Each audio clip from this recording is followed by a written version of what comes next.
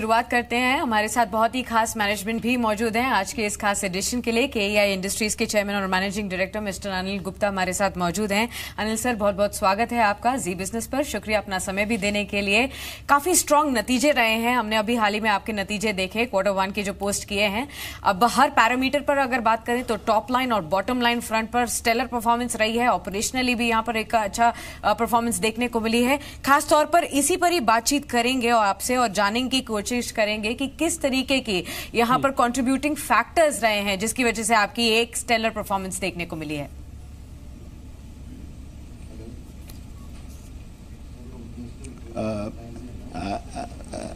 Thank you मुझे बुलाने के लिए। बेसिकली जो हमने अपने डिफरेंट जितने भी हमारे डिफरेंट वर्टिकल्स हैं हमने उन सभी में इस पिछले फर्स्ट क्वार्टर में ग्रो किया है। चाहे वो केबल डोमेस्टिक मार्केट की परफॉर्मेंस हो, चाहे वो रिटेल मार्केट की परफॉर्मेंस हो, एक्सपोर्ट्स हमारे सब्सटेंशियल ग्रोथ हुआ है हमारा पिछले इस फर्स्ट क्वार्टर में। इवन मार्च क्वार्टर से भी हमने ज़्यादा एक्सपोर्ट किया है। हमारा ईपीसी वर्टिकल उसने बहुत स्ट्रॉन्ग ग्रोथ दिया है। उसकी वजह से हमारा जो टॉप लाइन ग्रोथ है वो रफली 38% के करीब हमारा इंक्रीज़ आया है first quarter of last year. और मैं ये उम्मीद करता हूँ कि ये आगे भी बना रहेगा, क्योंकि हमें ये लगता है कि जो जीएसटी आने के बाद जो मोमेंटम है या जो शिफ्ट है ऑर्गेनाइज सेक्टर की तरफ या रिटेल की तरफ वो और ज़्यादा इम्प्रूव होगा। राइट। ऑनेस्टली आप से ये भी जानने की कोशिश करेंगे कि खासतौर पर हमने देखा नतीजों में कि एक्साइज ड्यूटी में भी कुछ कमी आई है जिसकी वजह से इम्पेटस देखने को मिला। तो क्या जो ये स्टेलर परफॉर्मेंस हमने नेट प्रॉफिट में देखी 140% तक की बढ़त, इसी तरीके की परफॉर्मेंस सस्टेनेबल होगी क्या FY18 के लिए? हमारा जो FY18 का जो गाइडेंस है वो हमने टॉप लाइन ग्रोथ में रफली 20% से 20% या उससे थोड़ा सा भी ज़्यादा हो सकता है, तो 20% का हमारा गाइडेंस है। और मैं उम्मीद करता हूं कि मैं कंजर्वेटिव हूं, हम इससे कुछ ज़्यादा ही अचीव करेंगे। और ये हम मेंटेन कर पाएंगे ये 15 से 20% की ग्रोथ अगले सालों में भी। राइट सर, अब आपके सेगमेंटल परफॉर्मेंस की बात करते हैं। आपका कारोबार ज्यादातर केबल सेगमेंट में भी है, इसके अलावा स्टेनलेस स्टील वायर का भी आपका कारोबार है और इसके अलावा कुछ टर्न की प्रोजेक्ट्स भी हैं। अब दो सेगमेंट्स की अगर बात करें, जहां पर स्टेनलेस स्टील वायर प्रोजेक्ट्स की बात करें या फिर टर्न की प्रोजेक्ट्स, यहां पर कम कारोबार होने के बावजूद भी आपके मार्जिन काफी स्ट्रांग है। तो यहां पर आगे जाते हुए क्या कारोबार में विस्तार करने की आपकी योजना है? और दूसरी ओर आपसे ये भी जानना चाहते हैं कि जो आपका केबल सेगमेंट है जहां पर रेवेन्यूज काफी ज्यादा कंट्रीब्यूट होते हैं लेकिन मार्जिन उतने अच्छे नहीं रहे हैं, खासतौर पर Q1 की मैं बात कर रही हूं, तो दोनों में ही आगे किस तरीके से आप बढ़ने वाले हैं?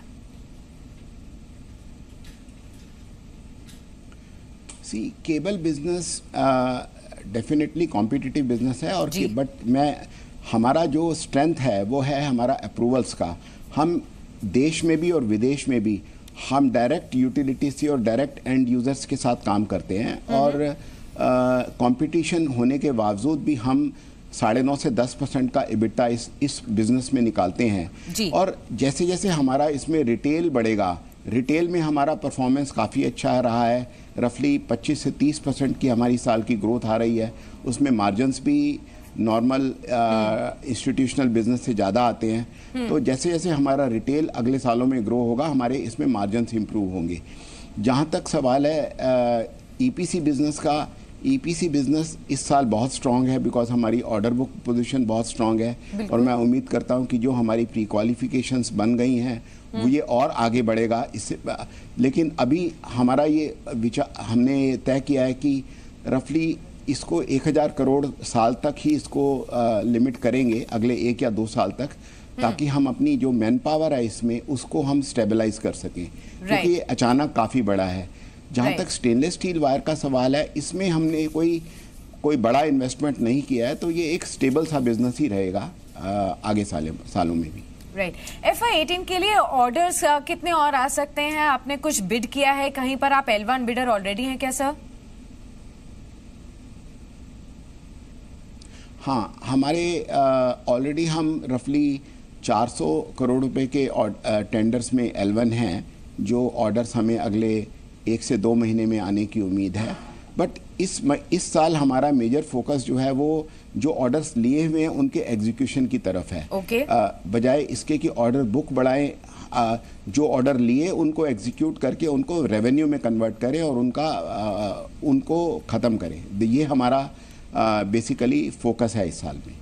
मिस्टर गुप्ता, अब आपसे जानना चाहेंगे एक्सपोर्ट्स के बारे में, और खास तौर पर इसी पर चर्चा रहेगी क्योंकि लगातार हमने देखा है कि काफी हाई मार्जिन है आपका एक्सपोर्ट्स, लेकिन टॉप लाइन पर अभी भी तकरीबन 8% तक का ही कंट्रीब्यूशन है। क्या आगे जाते हुए यहाँ पर और एक्सपोर्ट्स को बढ़ाने की योजना है कंपनी की?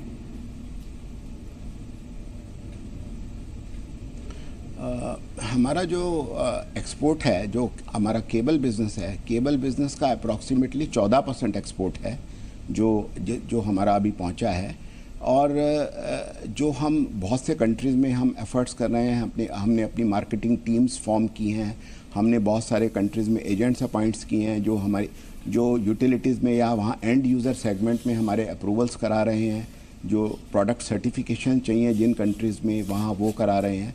तो मैं उम्मीद करता हूँ कि आने वाले सालों में हम और इसमें ग्रो करेंगे एक्सपोर्ट्स के अंदर।